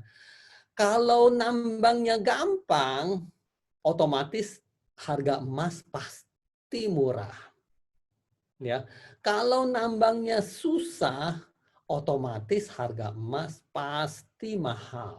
Ya, tanah murah, kamu pacul dapat tanah. Ya, emas mahal, kamu mesti pergi ke gunung, gali dulu 30 meter ke dalam, korek, mungkin nanti keracunan karena 30 meter dalamnya banyak gas beracun gitu ya. Mungkin kamu mati sebelum kamu dapat emasnya, tapi pada akhirnya kamu dapat emas itu dengan susah payah kamu dapetin, harganya mahal. Ya. Dan itulah esensi dari Satoshi Nakamoto yang sebagai pencipta dari Bitcoin menggunakan blockchain technology. Dengan adanya proof of work, salah satunya fungsi dari blockchain itu yang membuat Bitcoin itu jadi hebat. Ya, proof of work basically adalah tambang, mining gitu, tambang emas. Paham nggak sih guys? Ya. Insya Allah Pak. Tambangnya ya. Ya, pokoknya sekarang punya konsep beda-beda lah. Dulu kita pakai pacul emas ya. Tapi kalau sekarang mau dapetin emas kita pakai mesin bor yang gede-gede banget gitu loh ya. Dan kalau tambang Bitcoin gimana? Secara digital gitu. Tapi tetap menambang gitu. Tapi tetap susah gitu loh. Ya, jadi ya. Nah, jadi cara menambangnya, oke. Sebenarnya kamu harus mendapatkan hash-nya. Nih, kamu harus mendapatkan hash-nya di sini nih. Nih, di sini kamu harus bisa mendapatkan hash di sini.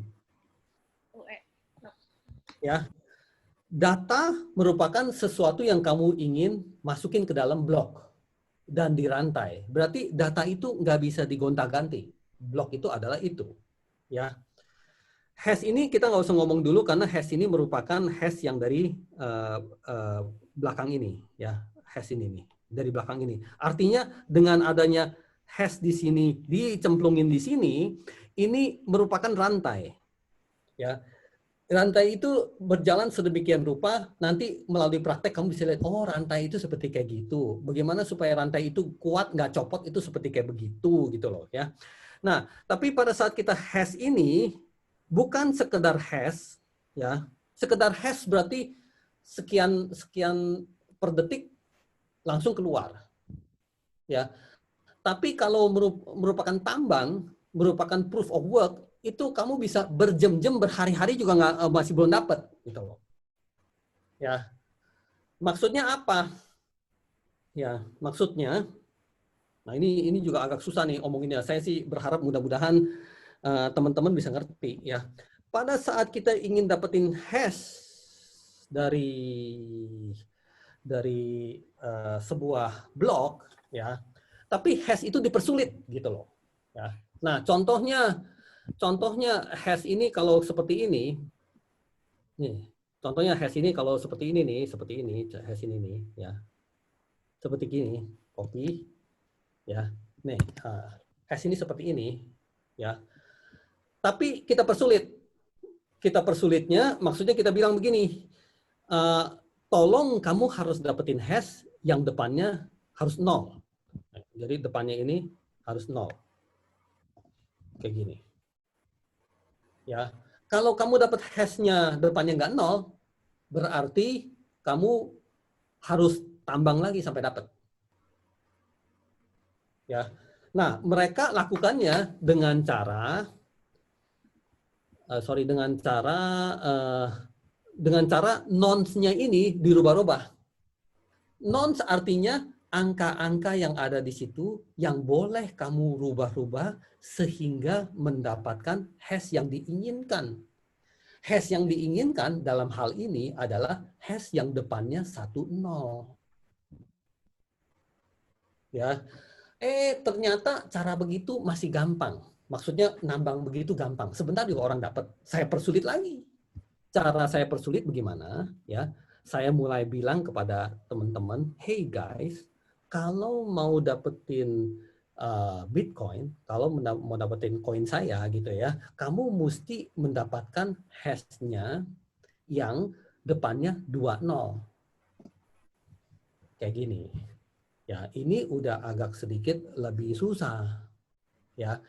Kalau kamu dapat sebuah hash dan hash-nya belum dimulai dengan 20, kamu itu harus rubah-rubah nonce-nya. Nonce-nya ini harus kamu rubah-rubah. Ntar kamu isi 0, isi 1, isi 2, isi 3, isi 4, isi 5. Gonta-ganti terus. Sampai pada akhirnya dapat 20 di depannya untuk hasil kamu. Kamu baru bilang, hore, Pak, saya sudah dapat. Saya punya hasil. Saya telah berhasil menambang. Mana Bitcoin-nya? Ya, mudah-mudahan yang saya jelasin itu gampang gitu, gampang diperhatikannya, ya, gampang didapetinnya. Nah, kalau 00 itu agak gampang, ya, saya bikin susah dan sebagainya, dan saya mulai bikin susah banget. Jadi saya bikin bahwa depannya harus ada 80 misalnya, 1, 2, 3, 4, 5, 6. Nah di sini nih, ya ada. Jadi 1, 2, 3, 4, 5, 6. Nah gitu. Ya. Jadi kamu punya hash mesti kayak begini, baru gue mau terima. Ya. Dan di dalam Bitcoin, kalau kamu penasaran, pada saat kamu mau nambang Bitcoin, ya, itu nolnya depannya harus ada berapa banyak. Ya. Kita kepoin. Saya juga nggak ingat di sana, kita kepoin. Oke. Kita bilang begini ya. How many zeros find Bitcoin? Gitu kan? Coba begitu dulu. Dia ngerti apa nggak? Klik sini. Nah, langsung dia keluar satu naskah yang menceritakan bahwa di sekarang ini, di hari ini, kalau kamu tukang nambang Bitcoin, ya, kamu itu harus bisa mendapatkan sebuah hash yang depannya ada 19 nol. Jadi pada saat kamu nambang Bitcoin itu, kamu lagi bingung apakah kamu berhasil atau tidak, itu kamu nggak usah bingung. Di mana kamu adalah yang paling duluan di antara orang sedunia ini yang mendapatkan hash dari blok tersebut dengan 19 nol di depannya, kamu udah boleh bertepuk tangan dan mendapatkan Bitcoin-nya. Yang sebesar berapa tuh? Karena udah halving terus ya. Jadi kita kalau bilang Bitcoin, how many Bitcoins you get from mining? Nah, kamu bisa dapetin 6,25 Bitcoin. Kalau kamu yang pertama, orang pertama di dunia ini yang berhasil mendapatkan hash yang depannya ada 19 nol untuk blok yang baru di Bitcoin ini. Kamulah yang dapat. Dapat berapa? Kamu itu akan dapat 6,25 Bitcoin. Lalu penasaran itu 6,25 Bitcoin itu berapa duit? Ya, kita tinggal klik lagi di sini ya.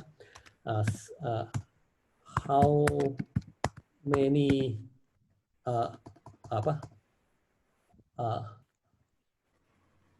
how much rupiah is 6.25 Bitcoin? Kita harus punya modal dulu nggak sih, Pak Ur? Nah, segini. Ya, harus punya modal dulu nggak?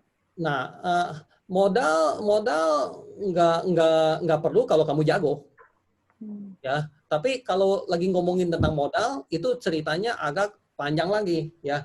Berarti kamu lagi mau tanya, untuk bisa menangin dapetin 19 nol itu caranya harus bagaimana dan kamu harus investasi apa aja gitu kan ya. Dan itu ceritanya agak panjang-panjang lagi ya. Makanya harus bersabar untuk mendapatkan seluruh ceritaan tentang Bitcoin. Ya. Saya lagi ngomongin tentang ini aja kamu pasti otaknya pusing banget gitu ya. Nah, di sini dia lagi menyatakan bahwa 6,25 Bitcoin itu saat ini sama dengan 824 juta rupiah. Ya kalau kamu pikirin, saya mesti kerja berapa bulan, berapa tahun baru bisa dapetin segini, mendingan saya jadi penambang Bitcoin aja.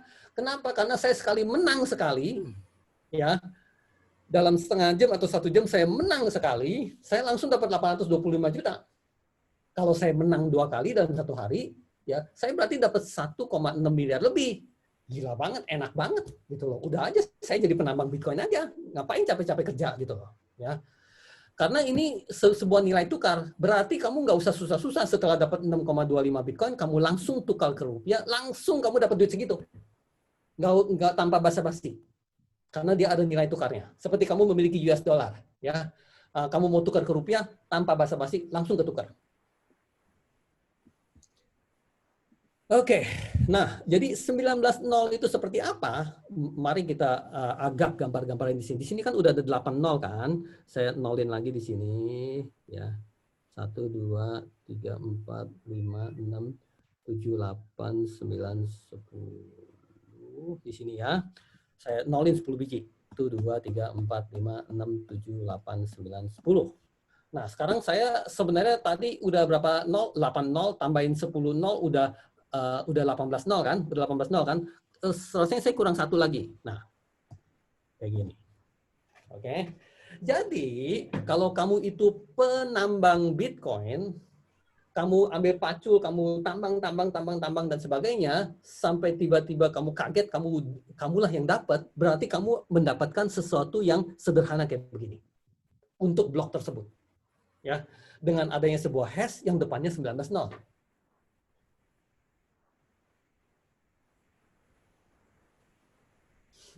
Pusing nggak?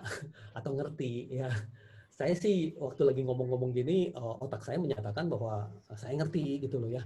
Tapi bagi yang baru-baru untuk mengetahui tentang beginian, kaget pasti ya. Oke, saya enter ya. Nah ya, jadi kalau dapat beginian, kamu yang paling pertama dapat beginian, kamulah yang akan mendapatkan 6,25 Bitcoin dan kamulah yang sebagai pemenangnya untuk 825 juta. Oke, nah jadi sekarang saya balik lagi ke tadi praktek-prakteknya, ya. Tinggal 8 menit ya Pak. Iya, tinggal 8 menit gitu loh ya. Jadi saya sih sebenarnya di dalam kelas ini bukan mata kuliah tentang blockchain, ya. Jadi saya nggak bisa untuk isi tentang blockchain sampai banyak banget gitu, sampai 4 atau 5 pertemuan tentang blockchain itu saya nggak bisa ngisi kayak gitu. Karena kalau dengan demikian ini jadi mata kuliah blockchain, bukan mata kuliah manajemen information technology.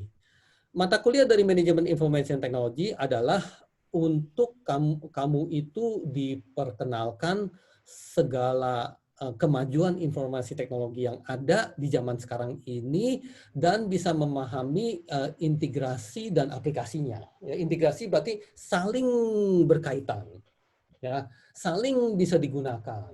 Ya, digunakan berarti bisa dikembangkan, bisa diteliti, bisa diaplikasikan dan sebagainya. Oke, ya. Jadi minggu depan itu akan ngomongin topik yang berbeda lagi. Berarti kalau kita itu adalah komunitas blockchain yang ketertarikannya tinggi dan ingin kumpul-kumpul dan bahas ini sampai lebih lanjut, berarti kita harus membuka forum-forum berbeda, ya, dan melakukan kegiatan kerjasama kita bersama lagi, ya. Tapi untuk minggu depan kita akan ada topik yang berbeda. Namun tadi dinasehatin oleh Pak Nadiem kalau bisa narasumber juga nggak dari UR selalu, ya. Bisa dari teman-teman praktisi yang dari MIT ini, ya. Bagaimana kalau saya usulkan bahwa untuk pertemuan minggu depan narasumbernya dari teman-teman kita. Kayak seperti presentasi lah ya, tapi segala hal yang tentang informasi teknologi itu semuanya terserah kalian. Kalian sudah lakukan di dalam sebuah YouTube juga, mungkin udah sampai ada berapa assignment tuh sampai harus tampil di dalam YouTube seperti itu gitu ya. Namun kita konsolidasi lagi sehingga teman-teman bisa melakukan presentasi live, ya, dengan adanya latihan-latihan yang sebelumnya tentunya bisa ada sesuatu yang lebih bagus lagi, ya. Lalu yang disampaikan apakah mau 2 jam penuh atau cuma setengah jam aja atau cuma 15 menit, rasanya bisa didiskusikan. Ya nggak harus 2 jam, nggak harus 1 jam gitu. Mau 15 menit juga boleh gitu ya. Tapi nanti tolong disampaikan dengan baik kepada UR, ya, sehingga UR bisa umumkan dulu kepada teman-teman yang lain bahwa nanti kita akan ada pembahasan seperti ini dan sebagainya, ya. Dan ini pembahasan bagus nih karena keterkaitan dengan informasi teknologi sedemikian rupa. Lalu dengan adanya teman-teman dikasih tahu dulu, teman-teman juga bisa siap-siap. Siap-siap berarti baca-baca dulu, ngerti-ngertiin dulu dan sebagainya supaya nanti bisa masuk ke dalam diskusi-diskusinya. Oke, guys, ya. Jadi pertemuan yang minggu depan saya harap saya sendiri banyak diem, ya, dan saatnya untuk kalian itu berbagi ilmu, ya. Ya, paham ya guys? Ya, harus bisa ya guys, ya.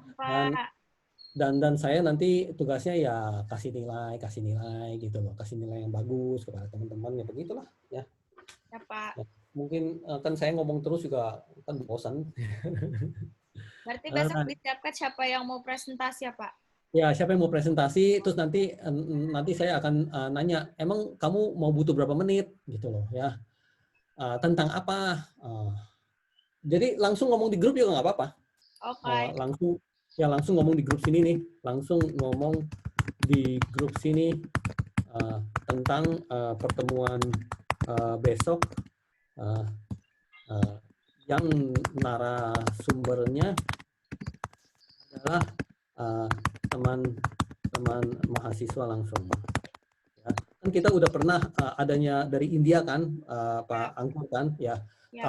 Kalau saya bisa kesempatan untuk hadiri orang yang berbeda lagi dalam sini, ya lebih bagus untuk sharing-sharing tentang Meet ini, ya.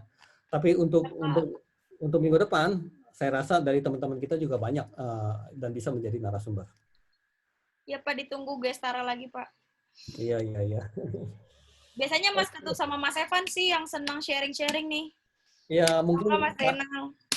Mungkin Ya, Jainal Pak, juga. saya siap, Pak. Tuh, Ya. Saya siap, Ketut. Pak.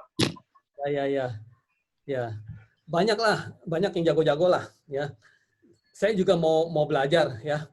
Dan kalau udah buka peluang lebih bagus ya. Buka peluang berarti saya lagi mau coba gini untuk tesis saya gitu ya. Bla bla bla dan sebagainya, itu lebih bagus lagi. Terus ya, saya juga ingin menggagas ini sehingga bisa menjadi tulisan jurnal internasional, lebih bagus lagi. Terus ya, saya juga menggagas ini untuk bisa pitching di arena-arena apa, lebih bagus lagi. Terus ya, saya juga mau menulis sebuah hibah sebesar segini untuk gini juga lebih bagus lagi. Ya, habis itu semua orang mendukung ke arah situ, bisa temennya langsung mendukung ke arah situ, bisa dosennya juga. Ya berarti saya pun bisa mendukung ke arah sono. Ya, jadi hibah itu jangan sampai saya itu harus mikir-mikir apa ya yang ada di saya aja. Saya itu mesti adain yang ada di orang lain. Yang ada di orang lain yang bisa connecting dengan saya sendiri. Oke. Jadi saya itu ternyata udah nggak punya waktu untuk selanjutnya ini karena kamu udah mesti masuk ke kelas yang berikutnya. Di sini ada latihan-latihan tentang bagaimana blog itu berjalan. Ya, satu blog aja. Lalu kalau itu dibentuk chain, ya itu seperti apa kalau dibentuk chain, ya. Lalu kalau itu distributed, dia itu seperti apa di sini nih, ya. Kalau dia itu distributed. Terus kalau dia itu token, ya, kalau dia itu token berarti pindah-pindah token di sini nih, itu juga seperti apa? Itu semua bisa dipraktekkan di sini. Jadi ini suatu tempat yang bagus untuk kita itu praktek-praktek tentang blockchain, ya. Oke, guys. Jadi waktu sudah habis ya. Pak. Terima kasih banyak atas partisipasinya dan kita akan ketemu lagi minggu depan. Oke, guys? Oke, Pak. Oke, Pak. Terima kasih, Pak. Oke, makasih Pak Ur. Yuk, assalamualaikum. Ini udah di Waalaikumsalam. Kita foto bareng dulu ya. Pak. Ya, foto bareng. Oke, guys. Foto, guys. Nyalakan kameranya, guys. Tunjukkan gaya terbaik kalian. Oke, 1, Bukan pesonamu. 2, 3. Mantap. Siap ya. Oke. Yo, makasih, Pak. Oke, bye. Assalamualaikum. Waalaikumsalam.